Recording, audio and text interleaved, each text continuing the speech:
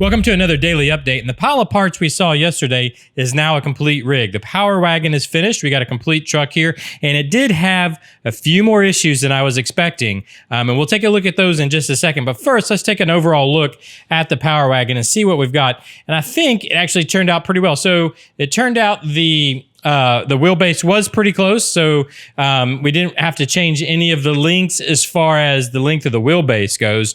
We'll look at some other links here in a second. But that worked out very easily. Everything transferred over from the back half very easily, giving us a nice, easy build on the back half of the truck. Now, let me go ahead and pull the body off, and we'll take a look at the front half of the truck, and we'll kind of talk about what we got going on here. So right now we just have a bare receiver in here. I'm gonna have to print a box for that. The receiver that came with the Vanquish truck is just too big to fit in there inside of the body where it needs to go. So I'm gonna print out its own receiver box that's smaller and will fit there and give that receiver a little protection. And then I went ahead and mounted the Mamba XESC on the other side. All this wire is going to get a little better routing, get some wrap around it to make it a little cleaner look. But for now, it's doing the job. Now, if you notice, we've also got some different stuff going on up front here, like a battery tray. Well, some of what we were trying to use from the Vanquish just wouldn't work on this Pimpin Crawler's chassis. So as you can see, the main issue I had was getting the panhard bar hung.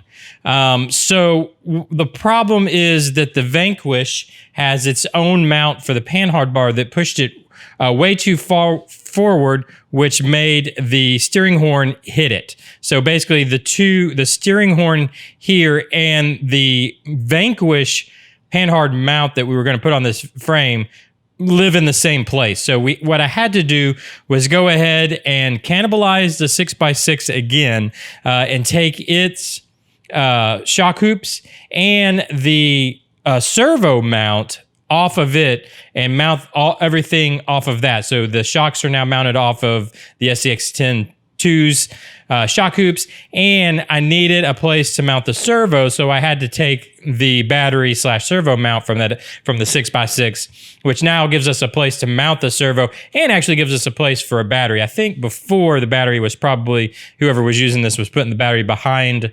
the seat. Now we've got options. You go behind the seat, you can go up front if you need be. But what that really does for us is it moves the steering horn. Hopefully you can see here, it moves the steering horn in front of the panhard mount. Now, because we did that, our panhard bar length changed. So as you can see, in fact, I'm gonna drop the camera down just a little bit here so you can see a little better underneath.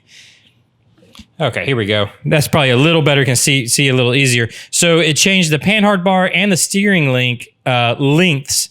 So basically I pulled these off the 6x6 also so that we could adjust them to the length we need. So now that the geometry stays the same. So those were the little bit of hiccups we ran into. It wasn't that bad. The only other difficult part was getting the transmission and motor mounted up in there. So basically I had to, because of the way that, so this interior, it sits on part of the chassis. So this is all permanent bars in here. So basically I just had to pop the motor and transmission in before I put the skid plate in, and then mount the motor and transmission to the skid plate once I had it mounted in. Not that big a deal, but it just added a little bit of a headache there to it. But other than that, went together pretty smoothly. The whole back half went together very smoothly. Everything just mounted up. And I think it turned out looking pretty well. Let me put the body back on. You can get a final look at it here. Body can be a little tricky to get on one-handed. Let me see if I can pop it on. There we go. I think it's pretty killer looking, really. It's going to be a nice rig out on the truck. This thing's pretty darn beefy. It's heavy. I didn't weigh it, but it's heavy. I had to put it on a scale. I mean, it's heavy. If I'm guessing, I don't even want to guess because I'm so bad at that, but it's the heaviest truck that's sitting in this garage right now, that's for sure. Hey guys, this is Tandem from the future. While editing this video, I went ahead and threw the truck on a scale to see exactly what it weighed, and it was actually 8.6 pounds. Just want to let you guys know. Now back to the video. So it's a nice beefy rig. I mean, it's going to hold up to it's going to hold up to some abuse for sure. And I think it turned out pretty nice.